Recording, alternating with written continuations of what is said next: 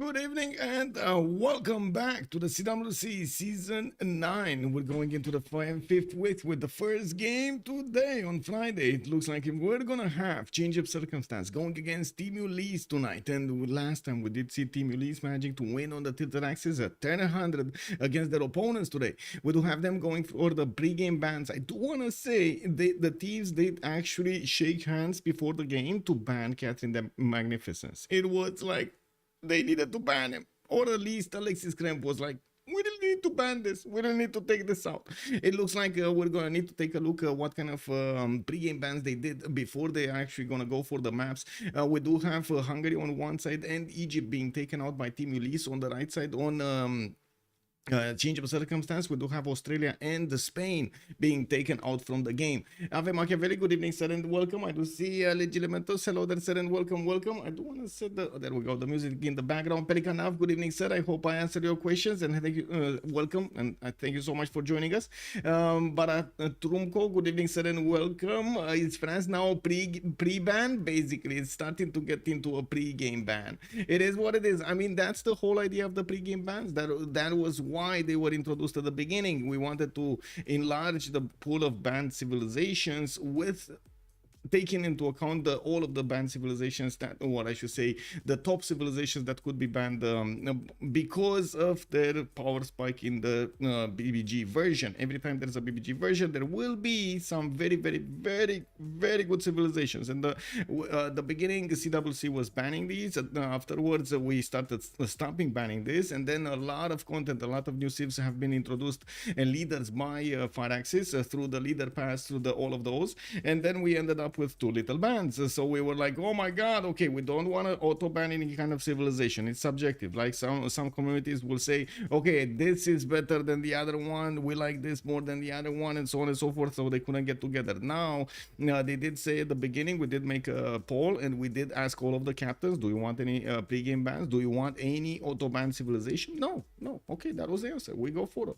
And this is the whole reason of the pre-game bans. They will need to find those out, and I'm pretty sure during the CWC we're gonna see a bit more drama over here. Remember, these are very intelligent players going against very intelligent players. I'm pretty sure they're gonna find the nooks and crannies of these games and the BBG version, and they're gonna find a way to milk everything out of those bonuses.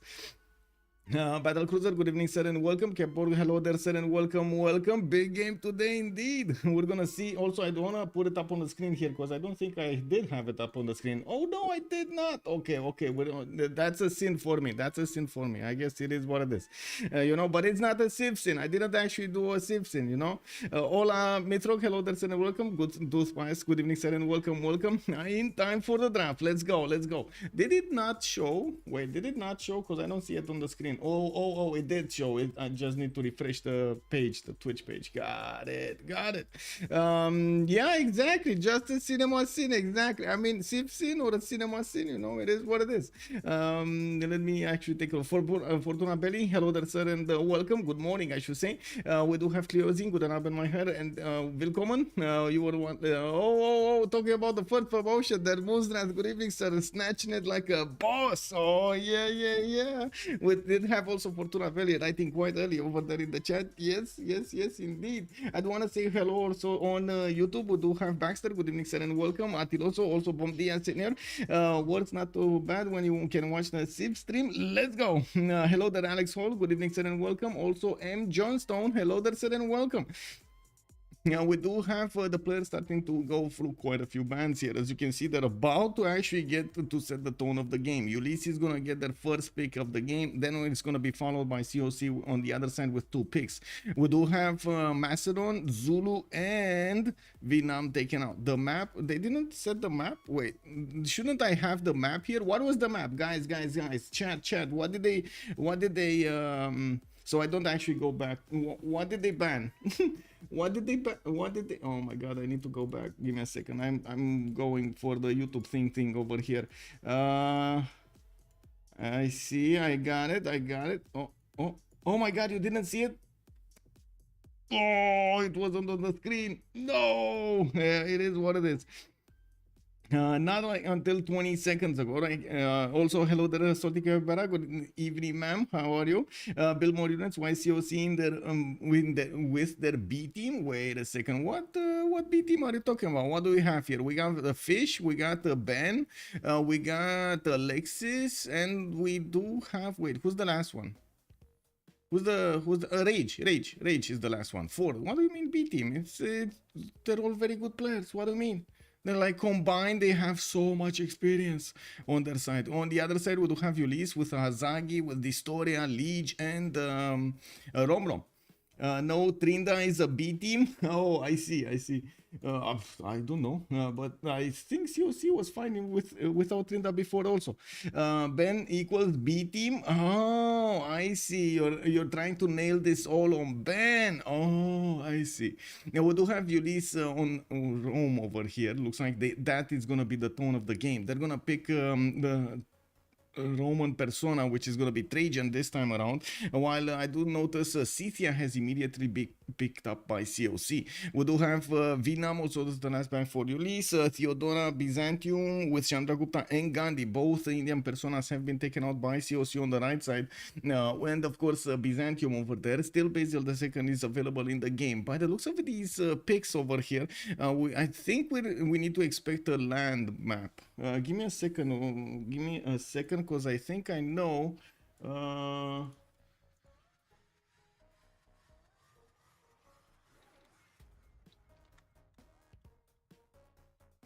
Oh, I see. Other like Sue is not seeing the map either. And he was watching this. Oh my god, it is what it is. Ulyss today's roster. Lege with dISTORIA, with Romrom, and Hazaggi. A very strong team. I would say this is a strong lobby overall. Also, Tobiris and Trajan, relatively normal. Yeah. The moment we didn't actually have any like wild bans or picks over here. We do have Genghis Khan being picked up by Ulyss, and this actually makes me think: is this Pangea Classic Ridges? This kind of do you smell the gunpowder in the morning? Oh my god, this feels like Pangea Classic. Is it Classic Ridges over here? I smell a tint over there of GDRs, at the end of the game over here. It must be the wind, man. It must be the wind, Yeah, it smells like a Pangea. It is what it is. We're gonna also see on COC side. Now, this is a little bit out of the box over here. They're actually picking Russia. And right now I'm thinking, is this actually Pangea, or are we talking about something else? Are we talking about 7Cs here? Also weird, he was streaming like an hour ago. Yeah, I have no idea.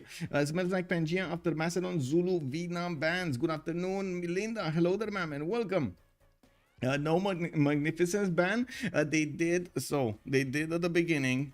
Give me a second so I can show you. They did when they were doing their schedules. Alexis Krempp has made a big proposal over here, so he doesn't actually need to redo all of the predictions for everything and so on. I'm pretty sure a lot of the teams are doing pick and ban, like templates for pick and ban phases, and they're going through what needs to be done there. And Magnificence was just throwing everything off, right? They needed to redo everything. So Alexis Krempp was like, hey, I got a magical idea over here. How can we like forget Magnificence exists for a game? And Romrom was like, yeah, bro, I mean, we don't care that much about Catherine. You can do that, definitely. Yeah, it is one of this. And we don't see the map, though. I'm sorry, Linda. Yeah, it was a bit of a weird thing happening with the map draft or something, that we don't see the map. We do need to wait a few more seconds over here, because I do see that we're on the last ban. We do have Cyrus and Sumeria being taken out by COC on the right side, and on the left, we do have Team Ulyss going to take out Gaul. They do have one more choice remaining. But again, all of these bans do feel like right at home on the Pangea Classic Ridges, not standard ridges. Standard ridges, as you've seen yesterday, does pose quite a few challenges for the players to get through the mountains, get through those one-tile chokes, and get to their opponents, while Classic Ridges will just have them open wide. Like, it's gonna be like, whoa, like, have you seen free hugs events over there? Have you ever been to a free hug event? You just like walk by people and people just come and hug you. Oh, free hugs. The chat windows below COC choices says Pangea S. Oh, which Pangea? It's Pangea. Wait, so Pangea is as in standard ridges? This is actually, they're picking standard ridges Pangea with Scythia, with Mongolia, with Tokugawa. Okay, let's see. Okay, I see you are correct, sir. It looks like it is. No, it's classic ridges. Wait. I don't understand. Like the second row of text over here, it says classic Pangea, and then somebody else is saying Pangea standard. Whoa. Or that may mean they banned that one. Or yeah, that may mean they banned that one. That is true. Well, let's actually see. Okay, let's see. Let's wait a bit. We got a bit more to wait over here until we get into the game, and we're gonna get our answer. I'm pretty sure this smells like classic ridges. This kind of smells like classic ridges. We're gonna need to see. Yeah, we do have Cree also being picked up by Team Ulyss on the left side. That's definitely gonna give them quite a bit of gold, and it does have a lot of trade routes. He's gonna fight for those merchants like there's no tomorrow. We do have, of course, Tokugawa just all alone in the corner, just for himself. He's gonna wanna seize, and Genghis Khan, we know what's expected of him, to just become a Keshik factory. On the other side of Rome, I guess just get bigger, right? That's the whole mission of Rome. Get bigger, stronger, faster. And while on the right side, we do have COC showing up with Scythia. Very aggressive pick here. We got also Nader, Shah, and Julius being picked up by them, with Russia in the mix over there to try to get something out of the tundra. Okay, I guess we're going to need to see who's going to play Russia. I would imagine actually Ben is going to play Russia. That kind of feels like it's Ben playing Russia, right? I would say a lot of others, like Rage is definitely not gonna like. I don't think he's gonna like playing Russia. He's probably gonna like something like Nader, Shah, or Julius. I'm pretty sure also Fish, after I've seen him switch quite a bit from more of a simmer to more of a water, we're probably gonna be talking more about something like Scythia, for example, on him. Yeah, okay, let's see them start to pick up their civilizations in the... Did we get? Yeah, we did get the last one. Okay, we got the last one. We still need to wait for the map, but I can actually just write down Pangea, and we're gonna see which one is it, classic ridges or standard ridges. Interesting picks, lots of fights incoming, yes indeed. And I gotta say also, wait a second, I wanted to say Pelikanov, by the way, if you do want to check out all of the games from the CWC, you can easily exclamation mark CWC in the chat over here. Oh, it doesn't work. Oops, doesn't work. Anyway, let me actually write it down, Civ6 worldcup.com, and that's gonna be the link to the website that we're using to actually get as much visibility as possible for the competition. We do have the teams registered over there. We do have also all of the details for the teams, as much as we can gather from them, of course, without any entering any kind of GDPR stuff over there. And you do see a breakdown of all of the statistics that have happened in the games in the CWC. You're going to see the picks, you're going to see when, you're going to see preferences, and so on and so forth. I do want to say also hello there, YouTube. How is everybody doing at YouTube? Baxter is saying Spitz Coffee, Russia. Nice. Oh my god, Baxter, good evening, sir. I gotta say, I was thinking right now that, oh my god, I actually did that a few days ago. But I wasn't really surprised about anything, just like, you know, casually drinking coffee, and just, yeah, it went the other way. Give me a second here so I can actually get back into the lobby, and I do need to set up my turn off the screen here. There we go. We don't need to watch the screen. We got Civ6 0. We got 0. Did you actually observe any Civ6? Anybody? No? Marius BW, good evening, sir, and welcome. Can you show draft really quick? Yes, I can. Oh, I'm pretty sure Marius BW right now, if he stays on the stream, he's gonna find us a few Civ6. I'm pretty sure he's gonna find it. He's gonna be like a hawk over there from outer space. He's gonna be looking at that map and gonna say, oh yeah, that's a mistake right there. Yeah, yeah, no, no. I mean, you see that builder, it moved to the right instead of moving to the left. That's gonna take him like 10 other turns to actually do hanging gardens. That's gonna be like slowing him down and getting his, research labs 5 turns later, and so on and so forth. In Berlin with HOH. Woohoo! I just got done at paintball. Hey, very nice, very nice. Oh, living the dream over there, Marius BW. Very nice. Okay, so we're getting into the game. I'm waiting for, of course, everything to load over here. I do want to put up the remap prediction, so we do get this going for how many remaps are we going to have.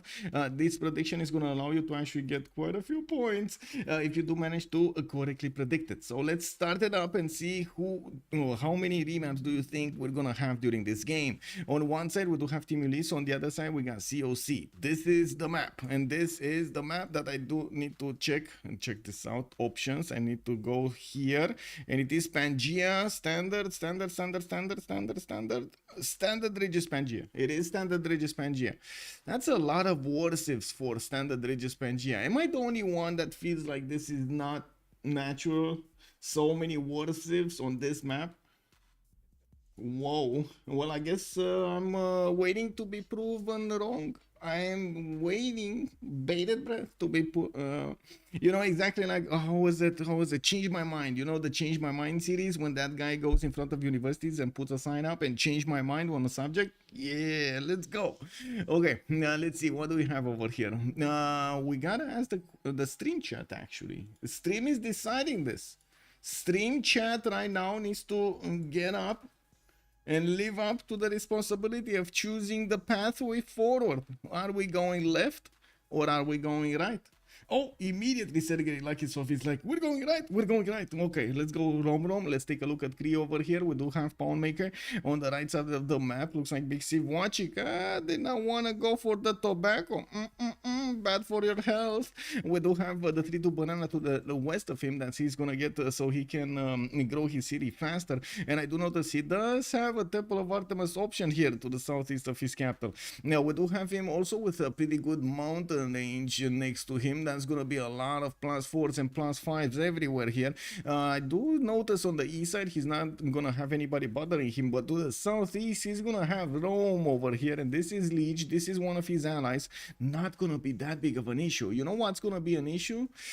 Them not having that much space. I mean, I don't think this is enough. Is this enough? Is this enough to give them enough space to develop their empires? I see them clumped up like very tight to each other. They're like sitting like this. Have you ever seen, have you gone to a football game and you're trying to get in there into the, into the main stage, and you're like doing this? And if you're like me, you're not that tall, you're going to be like in between people and you're going to be grasping at air,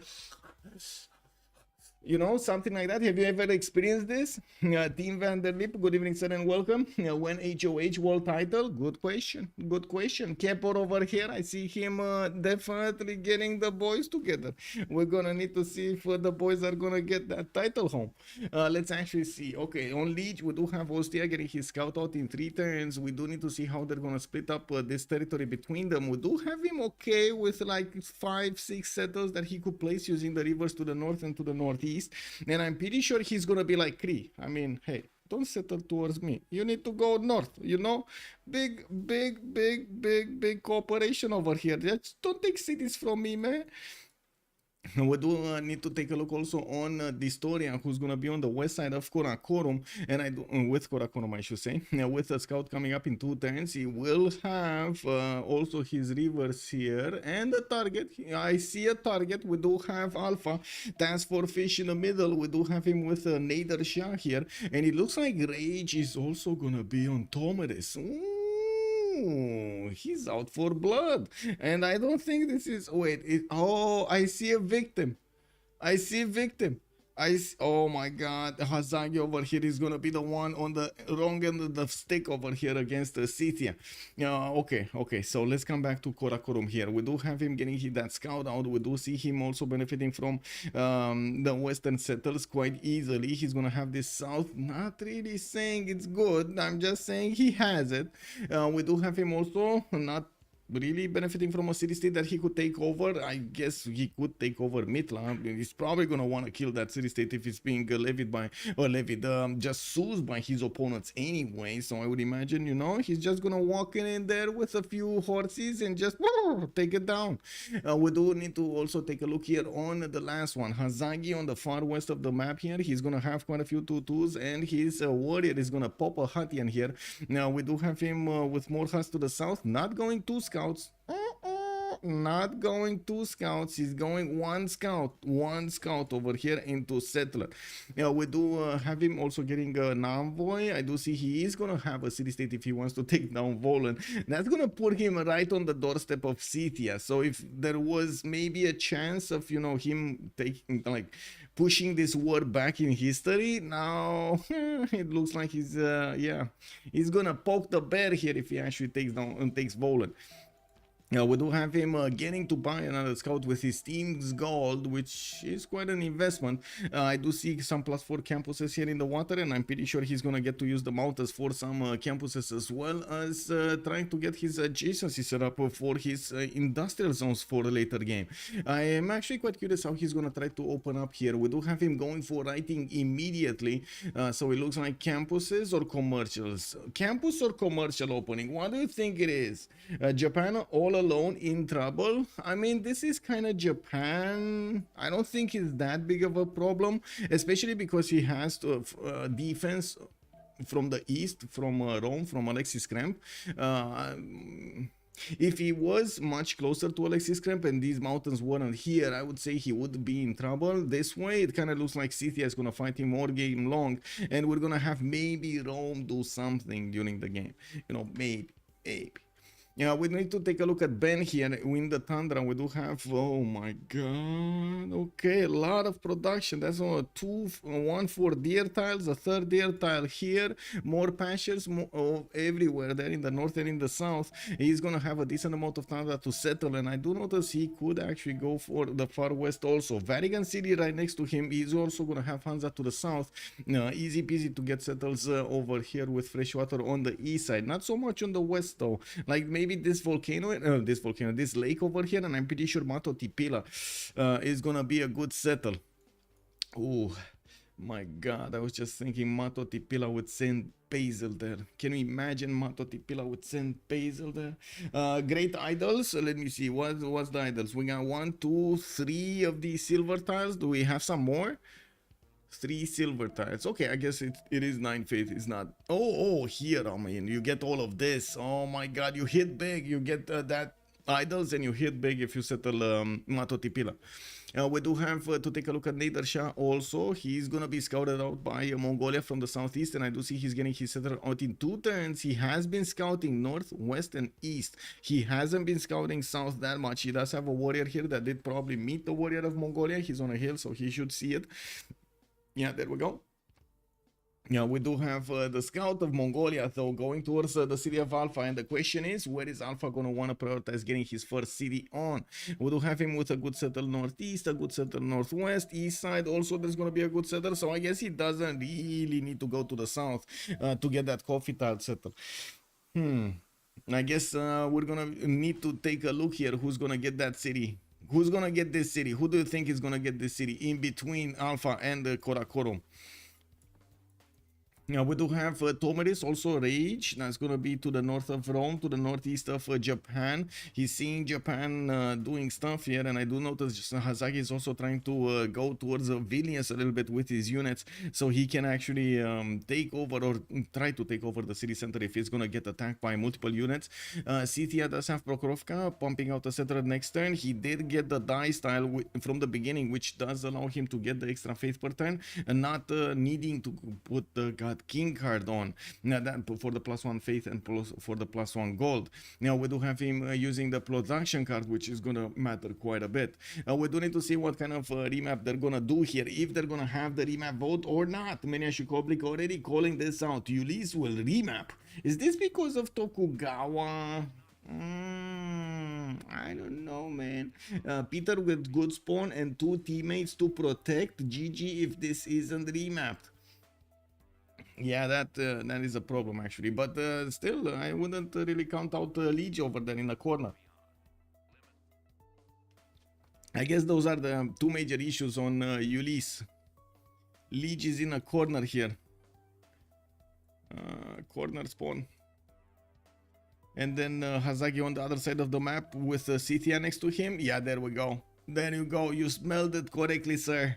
That is the smell of a remap for Ulyss. Yeah, COC keeps, but yeah, it is what it is. Whoa, Alexis Krempp disconnected? Really? I don't see. What? Wow.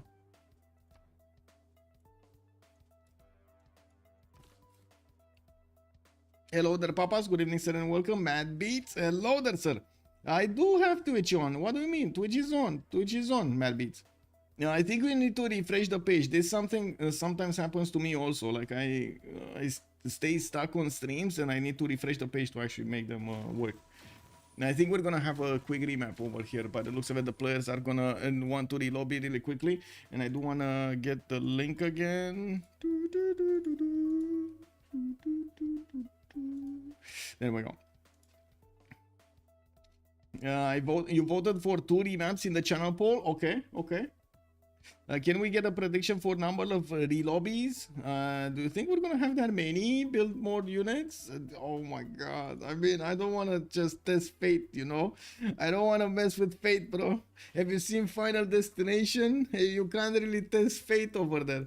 And I'm thinking if I put that poll in there, I'm just testing fate, you know? Oh no. The relobby is apparently because the remap broke. Pelicanov, it was actually because Alexis Krempp did disconnect from the game. We're not sure exactly why he disconnected. Maybe he lost internet for like half a second or something like that, and poof, he got out of the game. Gives us something to do during the relobbies. Oh, okay, okay. I mean, can I actually start? I don't think I can start. No, I can't start a second prediction. I'm sorry. We need to wait for the outcome of this one, like for the how many remaps. But I can put up a poll, actually. I can put up a poll. Give me a second. Slash poll. Let's see what does everybody think. How many relobbies will we get? Well, we're already at 1, right? Why am I? Oh, this is a new lobby. Kick. Okay. There we go. We got 1, 2, 3, 4. Infinity. Okay, there we go. There we go. I put it down. Suggest a poll. I did it. I did it. Thank you, Bill More Units. Celtics or Mavericks? Gives us something to do. Yes, yes, yes. Okay, okay. We got that going. We got this going. We got it. We got it. Hello, Chris. Good evening, sir, and welcome.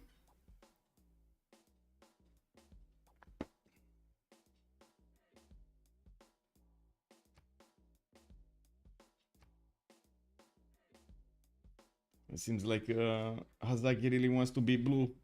I'm blue, double-D, double-9, double-D, double-9. Do-do-do-do-do.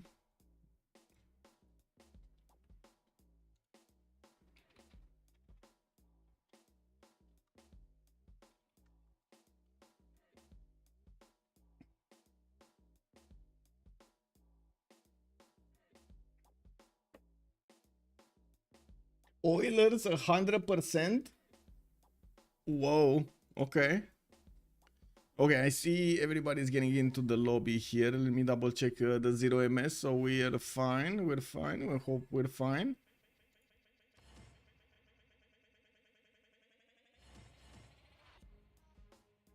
There we go.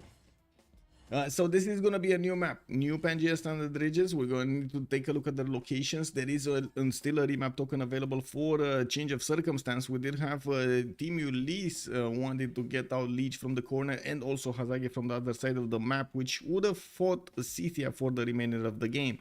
We also had Russia in the north, which was just all alone over there, quite happy to get the culture victory.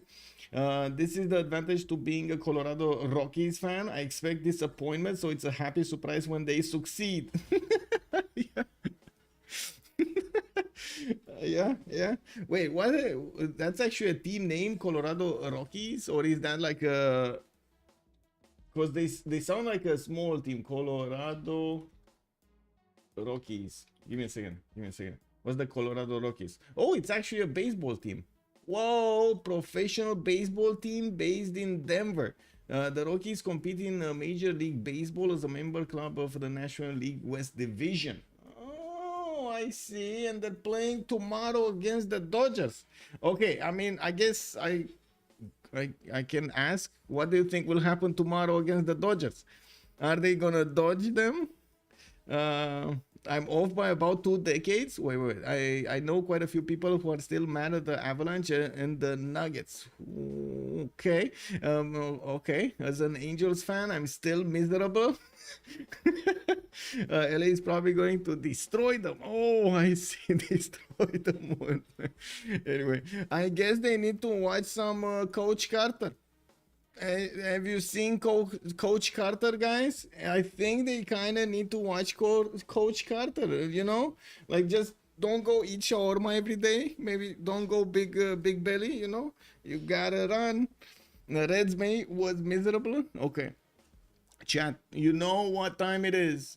We got onto the map. We loaded in. And this is the time when chat is telling us where to go.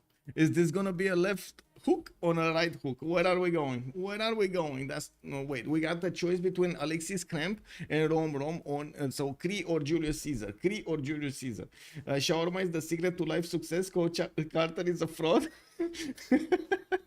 To Hazaggi, we go left. We go left. Okay, we go left. It looks like we go Julius Caesar here. It is what it is. I'm sorry, Salty. I mean, oh my God. Fabio's good. My hair. Hello there, sir. Welcome. Okay, looking at the left, what do we have here? Where is Alexis and why don't we see him? In the middle of the land? No. In the corner of the land? Oh, I see. So he's gonna be to the west of dISTORIA of Mongolia. He's gonna have this one-tile choke to try to fend off attacks here. A good array of geothermal fissures, but again, that's on the side of Mongolia. Might not actually want to get a city there anytime soon. He does have a decent amount of land to settle to the southwest, and of course, easy to plug these chokes against Mongolia. Matterhorn settled to the north to actually get the bonus from that wonder for his units. We do need to see if he's actually gonna step over there on the east side. Do you think he's gonna step east? Do you think he's gonna settle a single city to the east side here? I think so. I think Alexis Krempp is gonna be like, man, I need to get it. Like, look at that min distance wonder over here, Matterhorn. I need to get it. Or is this gonna be like one of those times in which he looks at the wonder for the whole game and he's like, I can't touch that. I can't touch that. Like, look at that. Disgusting. They're using it. Oh my God, they're touching it. Everybody's touching it but me. Is that one of those? If that's one of those games for him? What the heck are those peninsular city-states on the west side of the map? Oh, they're getting pushed out, sir. They're getting pushed out. How does the CWC work? Where can I see the previous match results? On the Civ6 worldcup.com website, you take a look at the tournament screen and you have the results on the display right there. Okay, moving forward, let's actually take a look at Tomeris here. We do have him in the north. By looks of it, of course, they're going to be quite close to each other. And I do see Armag is going to be in between them. Tomeris is going to have also TaskForceFish to the southeast. That's going to be an ally. And very far away, it's going to be Rome over here. That's very far away. Very, very, very far away to see armies getting moved. Well, good thing Scythia does like horses. So I wouldn't really take it out of the possibilities. The realm of possibilities for him to actually just move an army to the other side of the planet. We do have also bend but better with Russia here in the south. Looks like he's gonna get the fresh water from that river. He does have diamonds here, and I do notice he's starting to scout out his west side. He's gonna get that scout in 2 and will have actually good array of rivers on this tundra. We will see him getting the freshwater bonus for the housing, and of course I'm pretty sure we're gonna see him getting quite a bit of face generation. I'm really curious how Ben is going to want to approach this. Does look like he has quite a few cities to settle also in the north with freshwater and keep on expanding, while he's going to have Tokyo to fight towards the northwest to do something about it. We do have TaskForceFish also with Nader Shah on the other side of the planet. He's gonna be coastal. That means there is a possibility for them to fight. We got Tokyo here on the coast, also on the eastern coast, on the western coast, sorry. While Alpha is gonna be on the east one. We do have the scout coming out. I mean, is he not gonna settle the E-kill? Really? Really? He's not gonna settle E-kill? I think he's gonna settle E-kill, right? Like, is there even a choice here? Is this guy, chat? Is this even a choice? Do you get to choose from settling on E-kill or not settling on E-kill? Is this actually a choice? COC should remap this. Why I rarely see younger in PUBG multiplayer. Yeah, Dom Gillette, good evening, sir. And I hope we do get to 50 likes. Oh, let's put it up. Start a poll. Can we get to 40? Let's start from 40 and we go forward. We go forward. Yay, yay, or nay. Let's see. Let's see what chat has to say today about my performance in the game. Let's see. Judgment Day. We got a sin. What is the sin? Whoa. Wait, is it a sin to not settle on E-kill? It might be. It might be if we got 3 chatters here actually with converging opinions. We might set it as a sin. And Sasu is already one. And fish, will see how this plays. Trust the fish. Yes, we will need to trust the fish. We got Hazaggi on the other side of the planet here with the city of Tokyo getting his fish out, refish out. And I do notice he's also going to get quite a few diamonds to improve. We do have him also starting to pop those huts to the east. And with the builder, he's going to get to upgrade these. Actually, I'm curious. Is he going to upgrade the fish tiles? Or, yeah, the diamond style. Okay, because I was thinking he might actually want Celestial Navigation boost. So he needs 2 of these resources improved. Otherwise, he's gonna spend so much time to discover Celestial Navigation. Not cool. Not cool. We got dISTORIA here on Genghis Khan to the east side of Ostia. We did see that he's also to the south of Persia here. It looks like Karakorum is gonna have 2 destinations to send his armies. Now we do have him also with quite a few sheep tiles, and like a like a simple man like I am, I see a lot of pastures. I'm thinking open sky. Do we share the thoughts right now? Okay, I see we're still in the group stage. Yes, we're still in the group stage, sir. Genghis rolling into 2. Russia not safe from industrial. Free sim. Cree, I expect COC is gonna be a remap. I mean, we got 3 more turns. Let's check it out. We do have Mongolia upgrading his tiles with the pastures, and yes, he's gonna get those extra production points going. We do need to see him also choosing a pantheon soon. We got a setter coming out next turn, and yes, at the moment, oh, he popped a builder, a Rome next to him. Not only wait, did he pop 2 builders? What happened here? How did he get 2 builders? These builders just popped this turn, and I'm pretty sure he didn't stop the production for the settler to get a builder. Goody huts? I mean, I understand 1 goody hut, but were there 2 goody huts? Did he actually get 2 builders in the same turn? Or did he buy one? I don't think, wait, they have gold, so I don't think they bought one for him. Yeah, COC can't really pressure either of their free simmers. This is the remap, 100%. Now, bought one, then Goody Hut, it might be Road Bowser. That is a possibility. Good evening, sir. Now, also buy with gold. He bought with gold and then got a free one. Ooh, that must hurt. That hurts. I guess it hurts the team, but Alexis Krempp is gonna be like, yeah, boy, let's get those builder churches going. Get the mines, get the pastures, get the resources, and let's get this game. We do have also to take a look at Lege here on the northwestern side alongside Romrom, which is free sim over here. They can't really get to him, but to be honest, it's not really good land. We do have Rome with a few mountains to the northeast, an exploding volcano, and I do notice he's starting to get those settlers out and moving to the northwest. He does have no, this is not a good settle on the cattle. Like, okay, this might be a settle, but it's kind of this is a settle, and yes, this kind of is a settle, but it's expensive. I wouldn't really say it's amazing. Oh well. And I guess this on the other side to the east side is another settle somewhere, like either on the night or on the honey.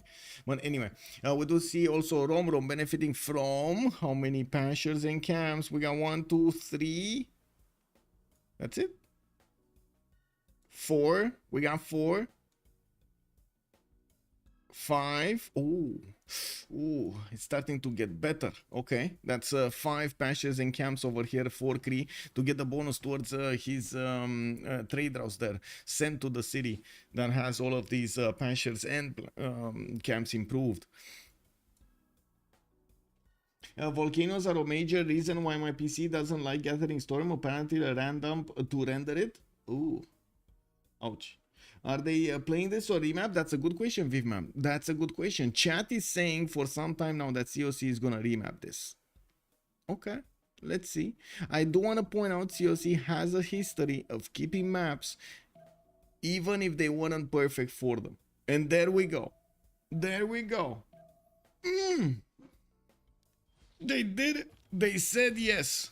So we're gonna have this game started up, rolling over here. We're gonna have the boys starting to get their units soon and explore everything. Now they will start to also plan against their opponents. We're gonna need to take another look from the left to the right for the teams. I do wanna finish up the prediction over here. It was 1 remap and the option has 1. Let me actually take a quick peek over here on what's going on. Ooh, we already got to 25 likes on YouTube. Let's go. Oh my god, amazing, amazing. Triple Fisher, yeah. Panturet, good evening sir and welcome. Unbelievable, right? The triple Fisher, wham bam over here. And Rome is actually taking his settler on a journey of discovery. He's gonna throw it towards Matterhorn, or is it where is this one going? Where is this one going? I would imagine it's Matterhorn settle. Is this not Matterhorn settle? I would imagine that is Matterhorn settle, right? Okay, looking at Alexis Krempp, we do have him getting that setter, another setter out in 6 times, moving towards the northeast and starting to position his builder so he can improve the tiles. He does need to, there we go, get the extra production going from that, and I do see he also will want to improve the iron tile. We will probably need to see this at least one of the builders go towards the northeast and towards the north towards Matterhorn there, and also improve the citrus on the other side if he gets irrigation. We do have him going for bronze working in 7 turns. It looks like he is gonna be itchy to use his units against his opponent. We do have Mongolia next to him, and I do notice he's gonna have horses right from the get-go in the capital, just as we do have an iron tile here. When he's gonna discover bronze, he's gonna see this tile and he's gonna want to improve it. Greedy, yeah. Match prediction, we get the match prediction right now. You are so excited that we want to get the match prediction right now. Chat, okay, I'm gonna ask chat right now, and if we see 3 OKs or we see one of those like spamming OKs over here in the chat, we're gonna get the prediction going right now. If not, we're gonna wait for me to actually go through the resources, and then we're gonna go for that prediction. I see only 2. There is now, oh okay, it's 3. Okay, we got it. Yeah, it is what it is. I mean, you know, you gotta do what you gotta do. Who will win? We got on one side change of circumstance, and on the other side we do have Team Ulyss, and I'm gonna put it for 30 minutes. I'm pretty sure this game is gonna go on. It's gonna go on. Okay, let's go. We got it. We got it. Okay, let's see.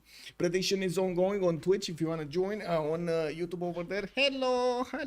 I'm still whoa. I'm still watching this like button like a hawk over there. Unbelievable. We actually got to 27.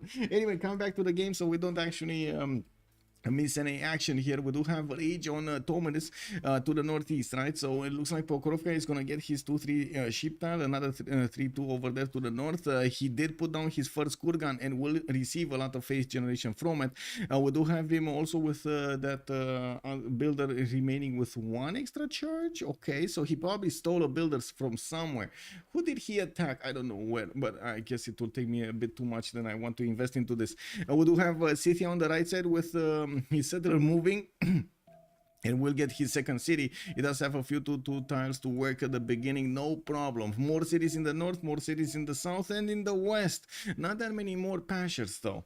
We do have him with the horse tile right to the south of Pokrovka to get to upgrade it for the extra horses he's gonna get. And of course he did put the Kurgan on a iron tile. Unfortunately, that's not gonna work that well for him, but still he's gonna get that faith going, and of course the extra bonuses for production from the pastures. I did notice we got Reapers. Thank you so much for the follow, sir. Good evening, sir. Hello. Pangea often won't have a free sim position. Yeah, although in-game Cree, is this the game? Is this game? What? What? Cree is this game? I don't know what that is, by the way. Snatched Open Sky? Yeah, he did. He did. I mean, again, he saw a lot of pastures. He got it. You know, you need to get that extra culture going from a relative beginning from the game. Rage is on 5 science with 6 culture, helping him out quite. That Open Sky is helping him out quite a bit. Now we do have to take a look also on Peter, on Ben. He's getting his Lavras going. He did go for Earth Goddess as a Pantheon, so he's gonna get the free faith popping out from each of these tiles. I do notice Japan is trying to walk in with one of his warriors to bonk the scout out of the position of the Lavra. Well, it looks like that scout is not budging. He's standing over there creating a defense for himself here against the warrior, and we're gonna need to see if he's gonna get to heal enough. I guess the cats are too strong with this one. We do have also St. Petersburg getting a monument out. He does have access to a horse tile in the second ring that's acquirable and easy to improve. The iron tile has already been received, has already received the Lavra improvement on it, so can't really do much about it, but he will get the iron immediately after he discovers that resource, which is kind of weird. I'm not sure how this works. Like, you get the Lavra, you get like a, you know, praying center and something like temples and shrines and so on, and then in the middle of those somewhere there are mines, and somebody's mining iron from there, is extracting iron. So basically you go, you pray, and then you go and take iron. Wow, how does that work? How is the terrain around the Mongolia? We're gonna get there. We're gonna get there, sir. Let's not get ahead of ourselves. We got TaskForceFish also with Nader Shah on the coast to the east side of Scythia here. They are allies, not a problem to actually be next to each other. We do have him settling his third city. Look at this, man. I told you there's no choice. I told you, didn't I? I told you there was no choice. No choice. He needed to settle Ikil immediately. We do have him getting the monuments out for the extra culture, and I do notice he started improving his turtles on the coast for the extra science. We got some bananas in alpha for the better food, and yes, we do have quite a few rivers over here for him to actually get going. We do have him with a decent amount of coast to the south, but that's gonna put him closer to Mongolia. They are opponents. Not sure he wants to poke the bear that much. I'm pretty sure we're gonna see Mongolia locked in a war with Rome here, and we're gonna need to see if Nader Shah is gonna go full coastal. Ooh, baby, we got Romrom on the coast. We got right now 2 enemies that Nader Shah could actually go against, and I gotta say Persia, it's quite good on the seas. The extra +5 you get against the full strength units, ooh, matters quite a bit. Dartiari, good evening, sir, and welcome. How does chopping trees, getting pyramids work? That's a good question. That's a good question. You'd think chopping trees would not build a pyramid, but it does. I don't know. It is what it is. I guess, like, the only guess in my mind would be that you see people going to chop trees with their hands, so they get bigger muscles and they get more skill, and then they go and pickaxe rocks and stones and make them into blocks. I don't know. Like, your guess is as good as mine. That kind of sounds the only way, the only reasonable way that I can actually think of, right? It takes like I guess the time difference in this game is totally weird, right? We're right now at 2560 BC, and let's actually see how much a turn actually counts for. How many years, you know, how many years. Fish campus first. Yeah, we do have a campus coming up in Bravo. That's going to be a +3. We do have one in Alpha. That's going to be another +3. And in Bhakti, it doesn't look like he actually put one down. We do need to look at his strategics. He has horses here and iron there. It's all good. Okay, Romrom. Romrom? No, not Romrom. Hazaggi. We need to take a look at Hazaggi. We got Russia already moving a warrior towards Hazaggi here. I do notice a third settle is going to be on inland. It's going to be on a river. It's going to be inland, not not coastal. He couldn't get it there because of the Russian warrior, and that's actually going to slow him down quite a bit on the coast. We do have him with a builder coming up from Shizuoka in Tokyo. We do have him also with iron in the second ring between those cities, and the horse style towards the northeast of Tokyo. Now well, I do see he's going to start to improve his resources here. Definitely needs to improve quite a few of them, and I'm pretty sure he sent at least one of his diamonds away to one of his allies, so he could actually get him the extra amenity. Armagh has been taken down. Wait, why did Armagh die, and what did it do to whoever killed it? I don't see anybody with a third city. Oh, never mind. It's actually Rome. Rome with a fourth city. Is he gonna get fifth? No.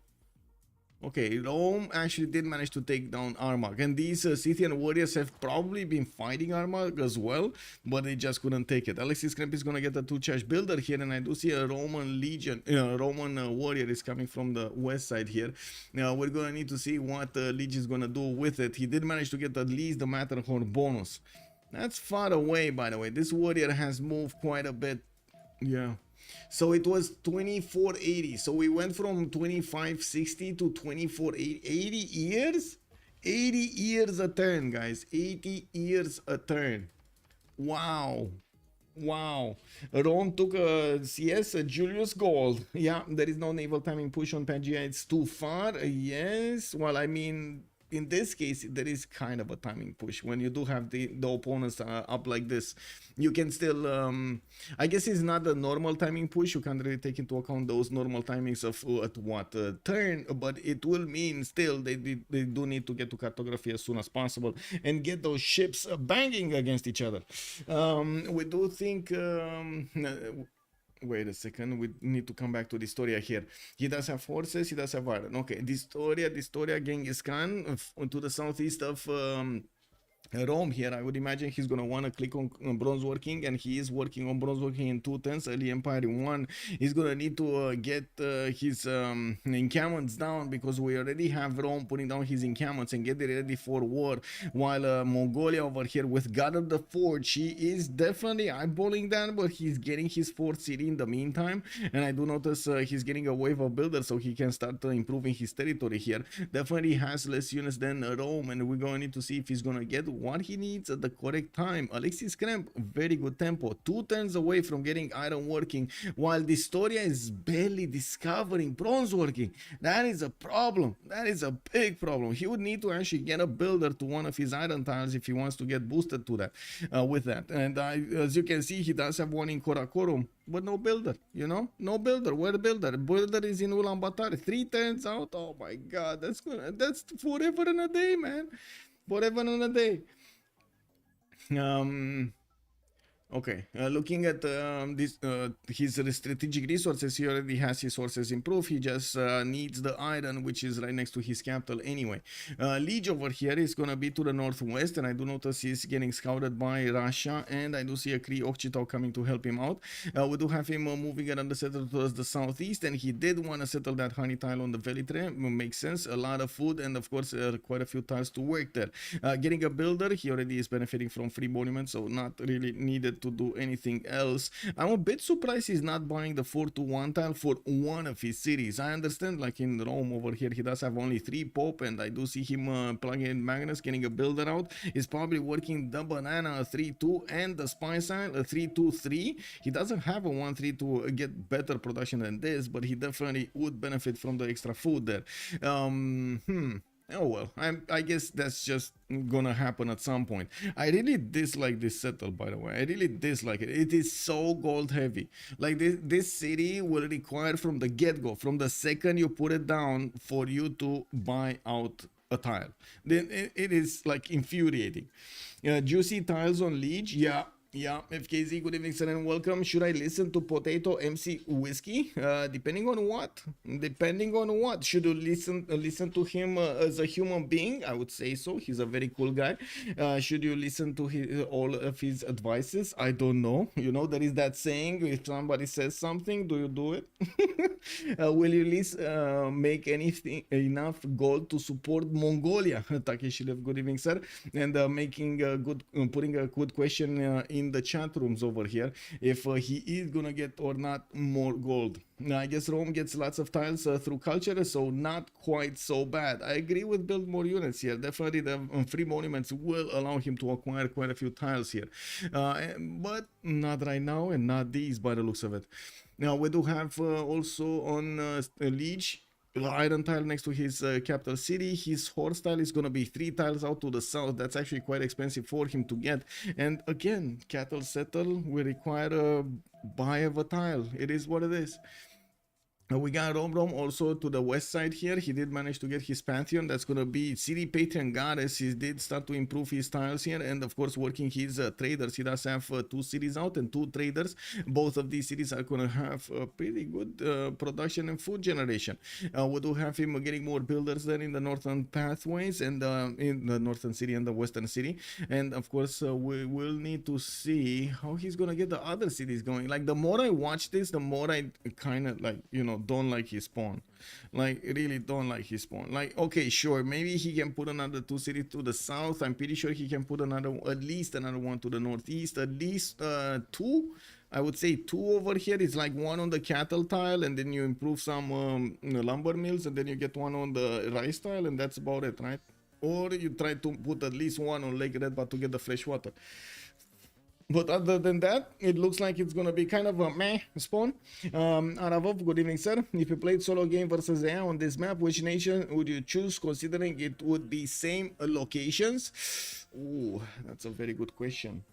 I would say Scythia. I would say Scythia, and depending on the game, like, I would feel like Scythia to just take over the world here. No, or maybe I'm thinking Tokugawa here. No, never. Tokugawa with this desert in the south. Ew. No. I would say Julius Caesar. Julius Caesar kind of looks like it is the bomb. Wait, you say Russia because he's all into the south here? I guess you make a point there. He's also trying to get the Temple of Artemis in 8 turns, and I do notice he just got his Great Prophet. It's about to activate it. Now we do have more production being improved here, and I do see Russia is using his trader to improve the city of Voronezh. He did manage to activate his prophet, and will get the religion quite soon. Looking at the north, by the looks of it, Scythia is also going to have a stab at the Roman city of Armagh that just got taken over earlier, right? No, he's not. Those are allies over here. We do have actually Ulaanbaatar that's going to be in between, or I should say Mongolia, that's going to be in between 3 opponents trying to get all of his encampments down, while already we do have legions starting to push from the west side. You can imagine Mongolia right now, it's very worried. I would say he's very worried right now. There is nothing stronger than monks that dig out iron from their players. You're not wrong. You're not wrong. It pronounces something like Voronezh. Oh, not Voronezh, it's Voronezh. Oh, I see. Like, that always, like, how to say, that always confuses me, because like in English or in Romanian, whenever we see Z, we call it out like that. But I understand in the Slavic languages, Z is more like a J, right? So I need to actually, yeah, take that into account. I'm sorry. I will get better. Bad spawn, but he gets Joburg basically for free. So broken spawn because that CS totally doesn't need a nerf. Well, I do see that general has been picked up by Alexis Krempp. We do have him getting a new encampments down, and he's going to get 1 in 2 turns from Puteoli. I'm a bit surprised that he's going for another encampment instead of going for more units. Now, these legions are going to have a stab at Mongolia's units, but with quite a few archers here, they're not going to get out alive from that. We do have also Julius Caesar trying to get more cities out. Remember, he's getting a free unit, a free meal unit whenever he gets this. So I'm pretty sure he's going to be happy just sending more cities and getting a unit in the meantime. That's still going to slow him down on the army count, but we're going to need to see if he's going to manage to get what he needs at the time that Mongolia is going to be at its strongest, when he's going to get his K-Shakes out. We do have Alexis Krempp and the Rage going both for archery. We're going to need to see also if from the north Scythia is going to want to do something. I don't think so. Scythia looks like he's picking up the mantle of generating gold. We do have commercial centers coming up from 3 of his cities, 4 of his cities, and he's putting down more of those kurgans next to his pastures improved. Rome over here still did not grow into those tiles. Look at this. His city is refusing to grow into those tiles. And this Velitre city just, you know, stop having tiles to work. Okay. I mean, he doesn't see the niter. Don't get fooled by this, by the way. This is not a 4-1 tile. This is much less. Malrus, hello there, welcome. Good evening. +5 campus spot wasted. Whoa. Which one? Where did you see a +5 campus spot? We do have Cree over here also getting his commercials down. Definitely needs a lot more of those goal points, and I do see him hunting down one of the Russian scouts. No Camp Pantheon and Toa. Russia did go for Earth Goddess. He did get the Fortnite religion over here. Feed the world with Tithe. He's gonna get the +3 gold per turn there from each city converted, and it looks like Tithe is making a comeback. Like I can't believe this. We've heard a bit of a discussion, right? Last 2 weeks we've talked on the stream about Tithe and the power and of course the benefits that you get and compared to others and so on and so forth. And it looks like we got more and more players considering to pick up Tithe, especially when they know they're gonna be in a goal pinch. Now, it seems like Rage is on free sim, Alexis on pressure, Genghis and the Fish on coastal competition, and Ben, please go win the game. I'm actually quite curious if Ben over here is first of all gonna be safe from Japan, and second of all, is he gonna manage to get that culture victory? Is he gonna get there? We do have a few more pantheons being picked up. Nader, Shah's religious settlements. It looks like he's getting another wave of settles here, and of course is building up his government plaza from the capital city towards the south. That's gonna give him more signs and a better harbor when he's gonna get it from Bravo. I would imagine he's gonna go Celestial Navigation. There we go, 3 turns away from Celestial Navigation, while everybody else in the team is going for horseback riding. We do have Magnus established to give him those internal trade route bonuses, and yes, the settler card just got plugged in. There's a Paititi to the north that he could try to go and settle, although I wouldn't really say it is that valuable. We got commercial hubs, commercial hub investment projects coming out here. Aravov, thank you so much for the follow, sir, and welcome. I do see in the great merchant screen we do have Zankian as the first one with increased trade route capacity by 1. Foreign trade routes to the city will provide him the +2 gold. Another general is going to be available soon. Mongolia has started making points, and I do see of course Rome making some points as well. 3 more are left open, so I would imagine they will get at least one. He will get at least one. We do have no Hypatia on the scientist screen, but I do see in the engineer screen we do have Isodor of Miletus, which is gonna be giving anybody picking him up 107 production towards a wonder construction. Usually the players do get those engineers to help them keep their tempo or increase their tempo in the later part of the game.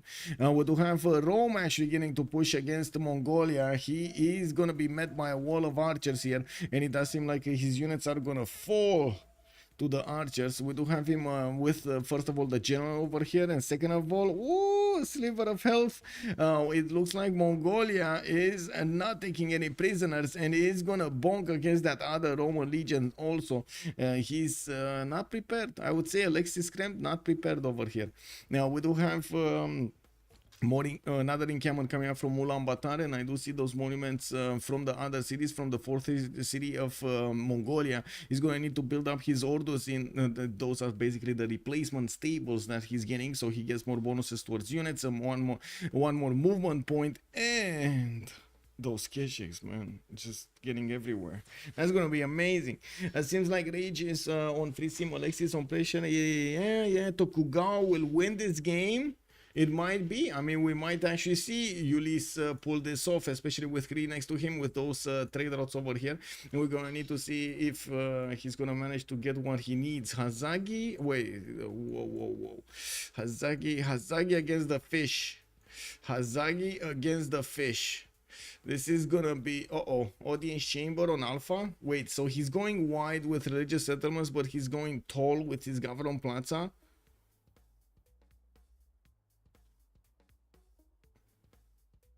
How does that work? You know what I mean? Is this a sin? Is this a sin? Wait. Is TaskForceFish even capable of sinning? Like, you know? It's fish moves. Is this a fish move? I guess this is a fish move. You know, it is what it is. Now we got settlers coming out from Charlie there in 4 turns, and I do see he's hunting down one of those Mongolian scouts to deny him the vision. He wants to beat the biggest, but he sins. Yeah, yeah. Yeah, by the looks of it. We do have over here also Romrom getting his army of builders to improve his the majority of his resources. Did not get the opportunity to go for Temple of Artemis. It just finished. We do have Ben managing to chop it out, and I do see him also putting down a government plaza from his capital, getting Moksha in the capital city, and also more lavras.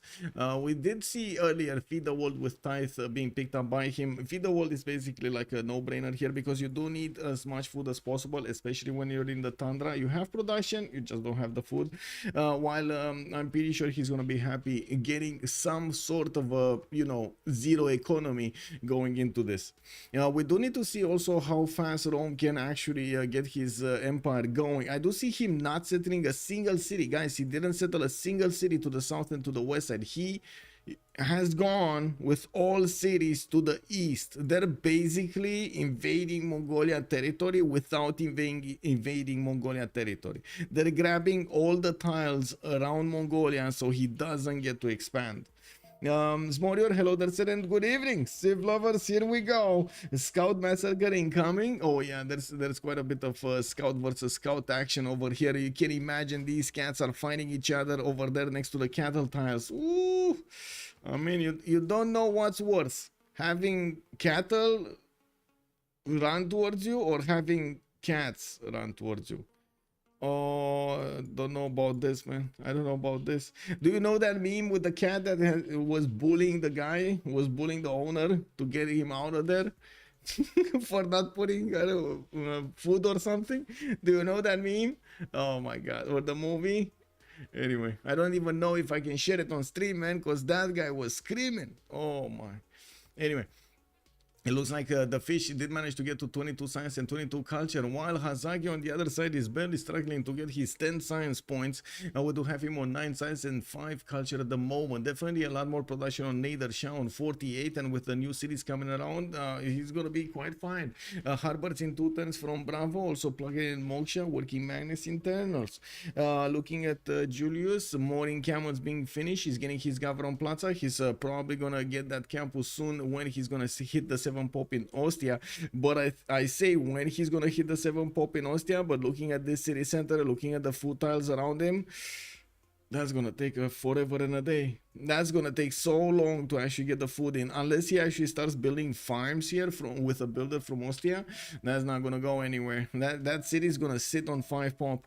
We do have Rome here also, might get some support help from Scythia, or is this against no, this is against Lege. These Sakahorse archers are against Lege.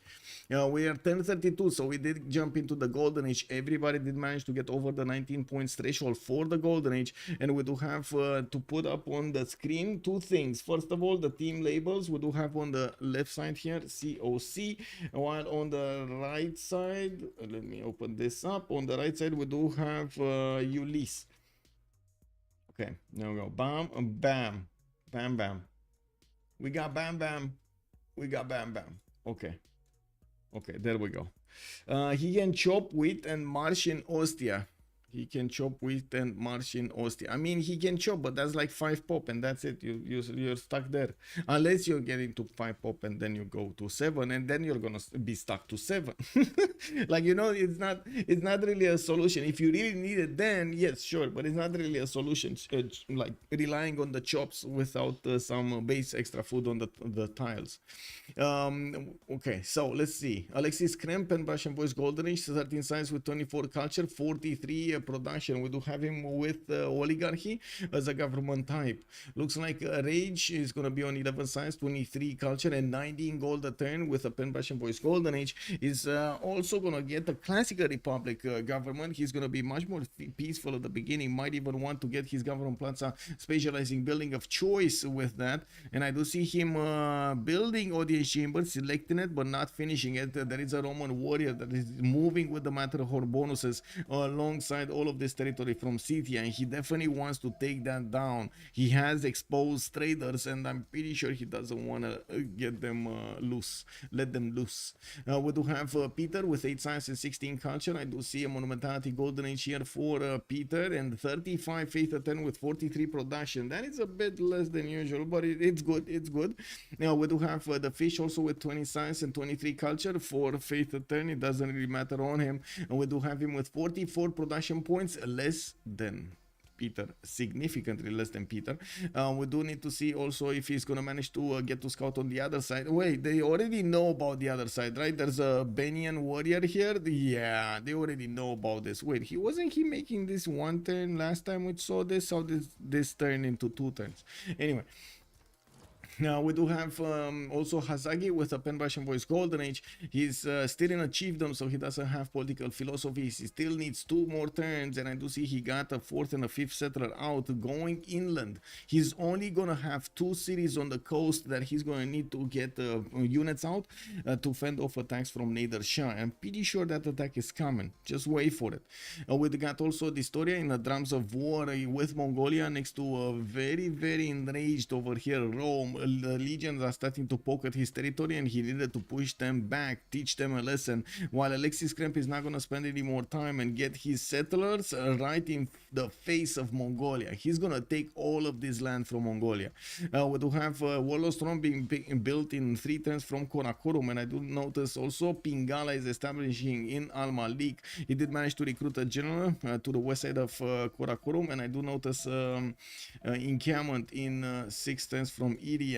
Well, no commercials, no campuses right now. He's just going full on K6. We're going to need to see if he's going to get there in time, and if he's going to manage to smash the Roman defenses with them.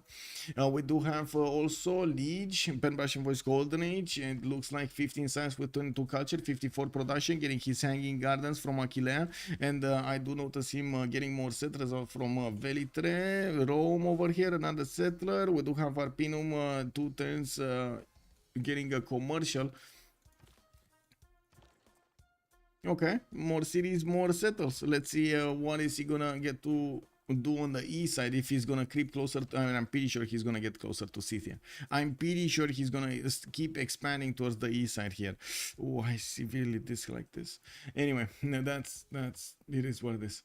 We do have Romrom with a lot of gold, 52 gold a turn. That's a significant amount for this moment in time. Pen brush and voice golden age, and of course the difference is coming from his trade routes over there, giving him all of the gold points. We do have him with 1, 2, 3, 4, 5 bonuses in the count, 5 gold a turn for each of his trade routes that are going towards the capital city. He has 2 of them. Poof, that's 10 gold. Awesome. That's more than in the economy of Julius Caesar right now. We got him also one turning a campus in the city of Wiskawakisane, and I do notice Liang is establishing in that city center. Okay, this is a bit surprising. Is he going parks? This kind of feels like he's going parks. Right, Magnus opener with Liang second. This is Parks, right? Why is Hazaggi so far behind? That's a good question. Well, first of all, he couldn't get his 3rd city on the coast towards the south. The 3rd city was quite a weak one over here, Okayama. And then I'm not sure. Just everybody, I think everybody else is faster. It's not. Oh, and he did want to get a builder immediately at the beginning, and instead of going for the fish, for example, so he can grow, he went for the amenities, for the diamonds, and he just got like a normal production, like a 2-2 and some extra gold, which I guess helped his team out quite a bit because they needed to get the upgrades. But other than that, yeah, not really. The upgrades and of course the tile buys. Wow, that's a big move over here. I would have thought, like initially I thought Alexis Krempp is gonna go for like this city, you know, like out of the way, but still in the face of Mongolia. No, he just went full on. This is all in. Yeah, this is all in. We got more legions coming in. We do have also dISTORIA starting to retreat himself over here behind the forest and putting in danger some of his archers. Unfortunately, more horses are coming around here from dISTORIA, and well, we're gonna need to see how quickly he's gonna get to stirrups. We do have dISTORIA getting his currency next turn, and feudalism is coming out in 8. 2, 4, 6, 7 cities on Alexis Krempp. It does seem like his empire is way bigger than dISTORIA. That is only on 4 cities at the moment. We're going to need to see if this city difference between them is going to help him secure this victory or not, or at least stay alive. We did have Persia's units also getting into the north there to try to fend off those scouts from pillaging the tiles of Scythia, while Scythia is gonna continue getting his audience chamber. We do have some builders coming out from Makeup. Looking at the city-state count here, I do see Anshan with Hattusa and Taruga for the science city-states. Ayutthaya with Kumasi and Vilnius will be providing the culture bonuses. We do have Hong Kong and Johannesburg here for the industry, while I do notice Valletta is gonna get the military for them. Samarkand and Muscat are gonna be the only ones providing some gold benefits. Let's see where the science city-states are. We got Anshan here in the south of I guess it's yeah, both of them know about it. Ooh, even Russia is actually, look at Russia directly expand towards Japan. So he had the opportunity to go northeast. He said, you know what? No, I refuse to give up any inch of land to the Japanese. And he's going to take that land away. We're going to need to see if he's going to manage to actually take down Kumasi. In the meantime, we do have him with quite a few chops in Voronezh, for example, where he already has Governor Magnus established and some builders. I'm pretty sure with his monumentality, he can buy some more. He's getting his bronze working in 1 and also working on games and rec.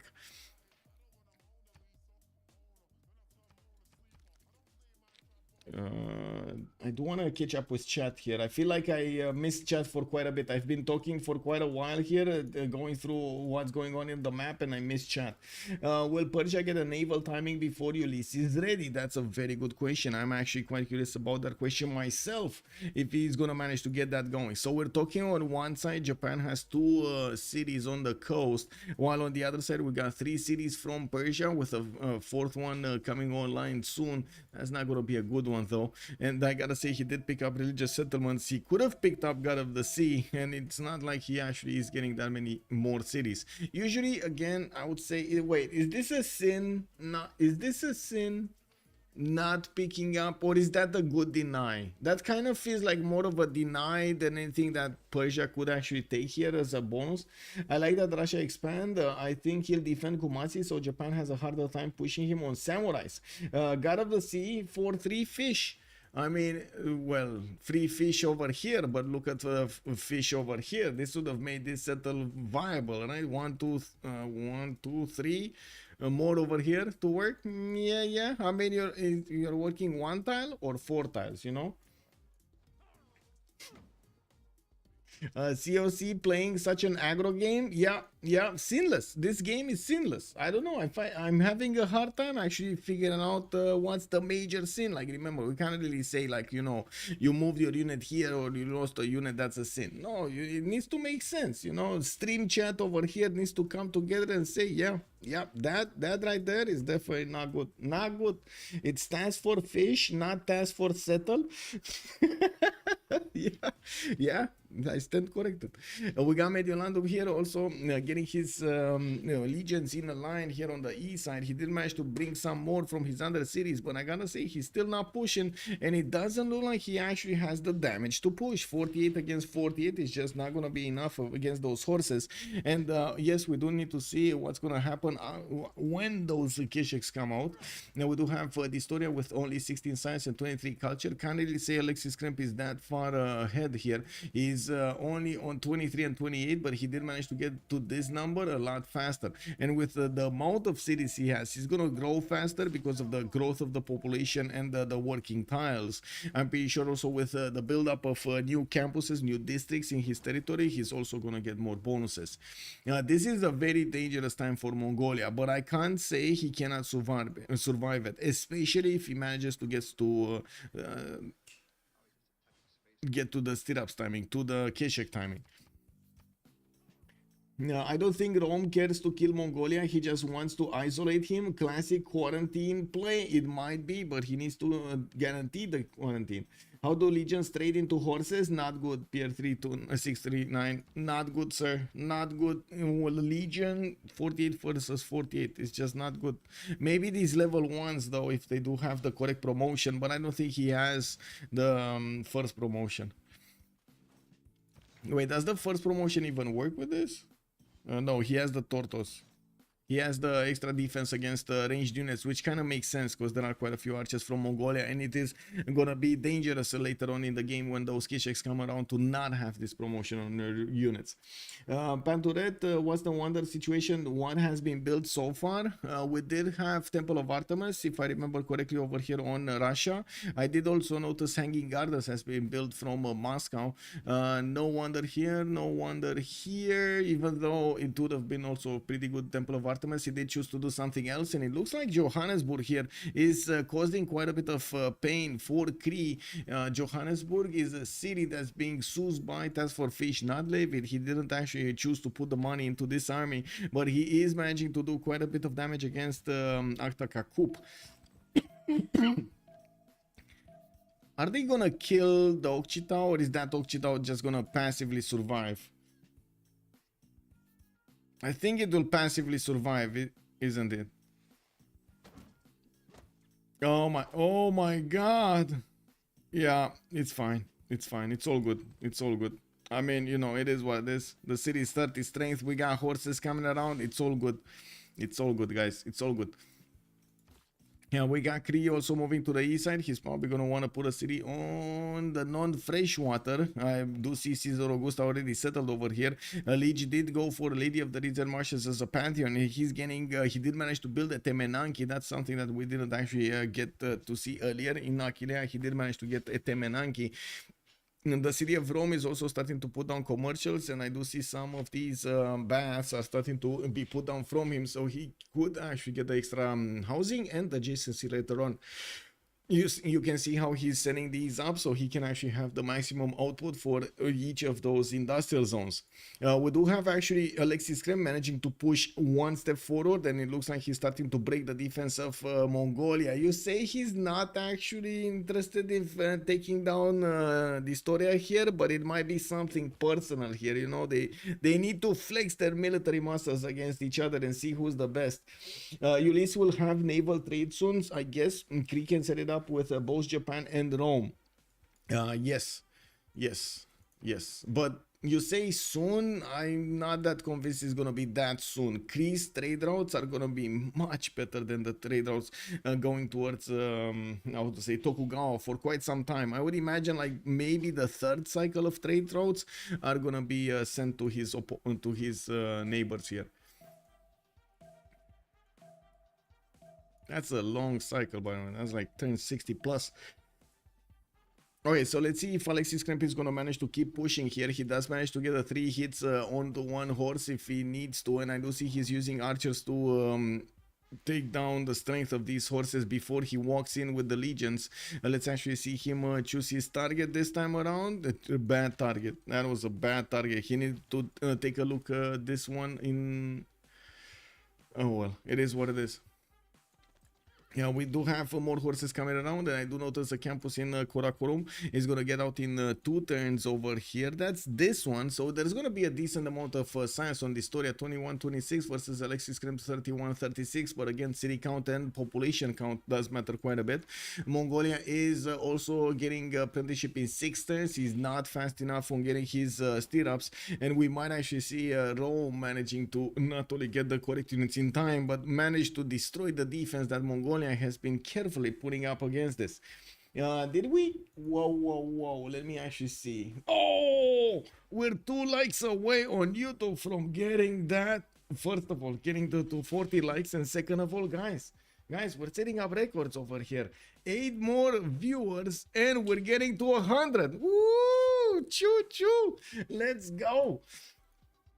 until the other two clean him up, because Genghis is here. The other team will have coastal trader out next game. Yeah, fine. It's fine. And we do have. Oh, thank you, Pelikadam. Thank you.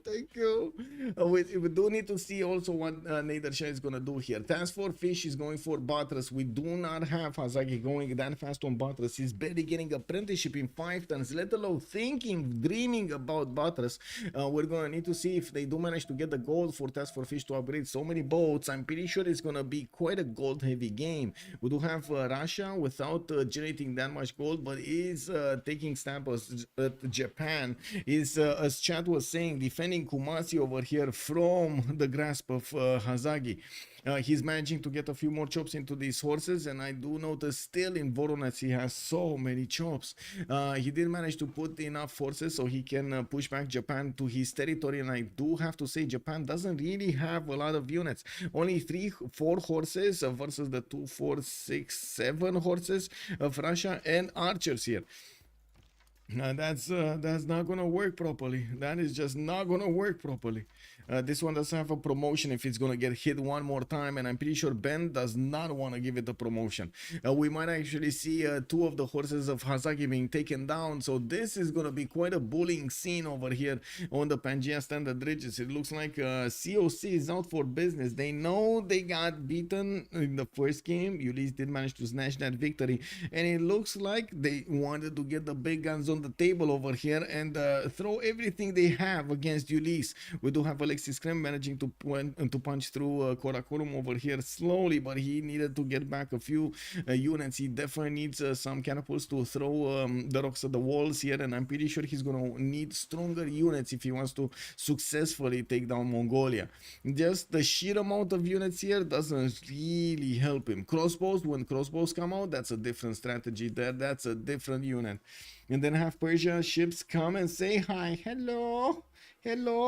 Wait, number 49 on YouTube. Oh my god, wait, 49. We got to 50 likes. Oh my god, and 100 viewers. Woo! We got to 100 viewers, boys. For a second there, we got to 100. Okay, I see 96 right now, but I saw it with my own 2 eyes.